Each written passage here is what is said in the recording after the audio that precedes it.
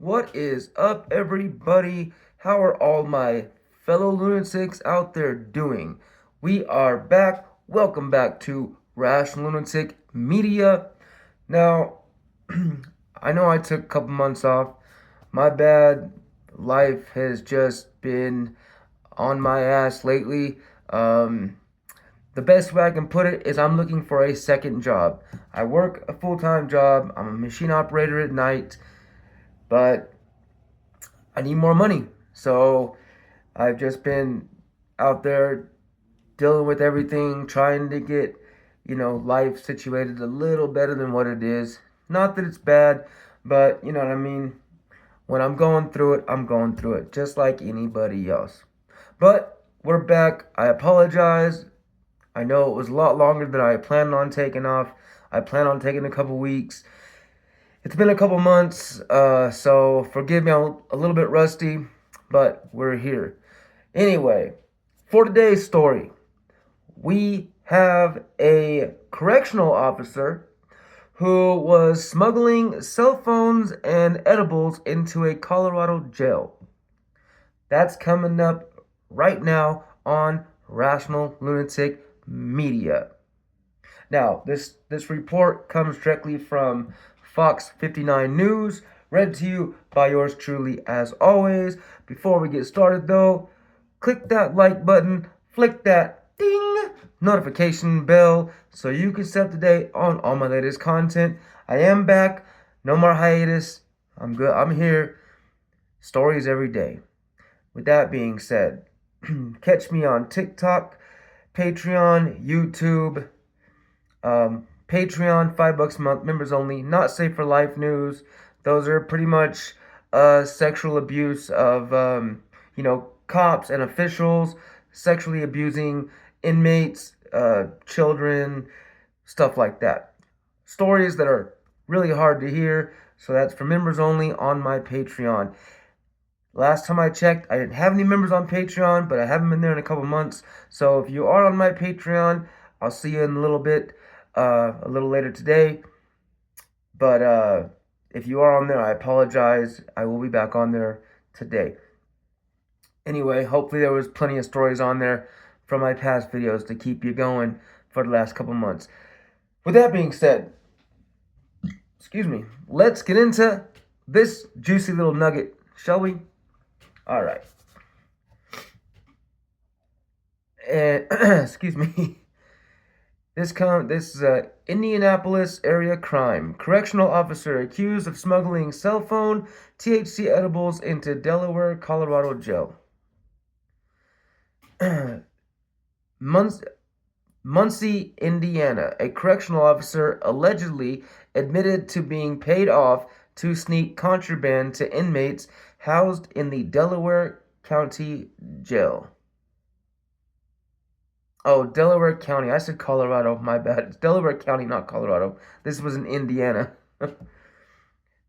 Angela Dildy, aged 41, of Muncie, faces preliminary charges of trafficking with an inmate, a level 5 felony, and official misconduct, a level 6 felony. According to court documents, an investigation into trafficking inside the jail began on August 3rd after both narcotics and a cell phone were found inside the jail. Inmates reportedly mentioned Dildy as a possible suspect behind the trafficking, which led police to question the correctional officer. Dildy reportedly admitted to trafficking in both a cell phone and THC edibles after receiving payment from citizens. Investigators also reportedly found video proof of hand-to-hand transactions between Dildy and inmates. Dildy was arrested on Monday morning. If charged and convicted of a level 5 felony, Dildy could face up to 6 years in prison. Official charges will be determined by the Delaware County Prosecutor's Office. There we go. For our first story back, it's a short one, but an important one still. These are still cops thinking they can do whatever they want to do. And I don't know, if you're familiar with the prison genre, then you've heard these stories from plenty of ex-convicts that talk about just how prevalent it is, or how much of a type of pandemic it is, that cops work for inmates, that they bring in inmates, anything from food and cigarettes to cell phones, drugs, you know what I mean? Even their own booties. You know what I'm saying? It's foul. It shouldn't happen. There's, from what I've been hearing, especially because one of my favorite genres is the prison genre. Apparently, fentanyl has really taken over the prisons and jails across the United States, and men and women are dying daily, all over the U.S. in our jails and prisons because of cops like this. Because if she's gonna take cell phones and edibles, there's nothing that's gonna stop her from taking fentanyl. Even if she doesn't know it's fentanyl, it could be anything like Percocets or any MDMA, meth, all laced with fentanyl. There's fentanyl literally in every single thing, or every single type of drug. You know what I mean? Even vitamins nowadays. They'll, if they can bring vitamins or edibles in the prison, what's to say they wouldn't have fentanyl in those? You know what I mean? It's just disgusting. Being an ex-addict myself, uh, luckily I got out of it right when fentanyl hit. I'm not gonna say I haven't done fentanyl myself a couple times. I almost went out myself from the same stuff. It's disgusting. It's a completely different drug. It's not like heroin. It's completely different, and it is so dangerous. It's so dangerous. Like, it doesn't take nothing to put you down. I know that from firsthand experience. Um, I'm lucky to be alive. I've had my own issues with opiates, all stemming from getting bone cancer, getting addicted to painkillers, and liquid codeine, and then moving up from there when my painkillers got shut off, um, and I didn't have a connect for I didn't have a prescription anymore, but I was still having migraines, and my bones and stuff were aching from the chemotherapy that I did for a year, and that sent me on a 10-year spiral, downward spiral, from pills to heroin, to ending up at the very end with some fentanyl. When I finally got my mind right, met someone worth getting straight for, and got clean. Those are all stories that I do plan on telling once I'm able to go live, once my YouTube's high enough, or I have enough subscribers on YouTube or on TikTok, where I can start going live, where people can actually donate, live, do live donations. Um, I do plan on telling, stories about you know, my problems with addiction, stories, just different stories about getting loaded, and what that entails and how risky that was. On top of stories about corrupt cops, my encounters with corrupt cops, or just cops in general. I don't think, I've said it before, I'm not against cops. This channel focuses on talking about corrupt cops, corrupt officials doing heinous shit to us, but I'm not against all cops. I do know for a fact there are some good ones, though I 100% believe, I know they're very few and far between. I do believe that most cops are corrupt. I 100% believe that, because I've dealt with, cops, and 90% of them have not been good encounters.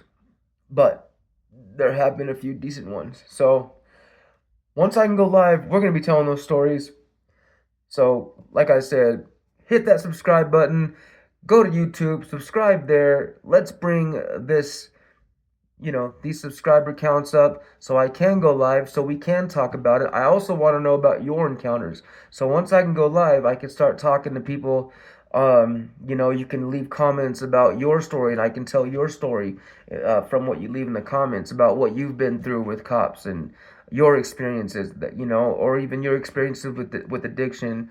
Um, so we can bring more notice to it, because that's ultimately what I want to do.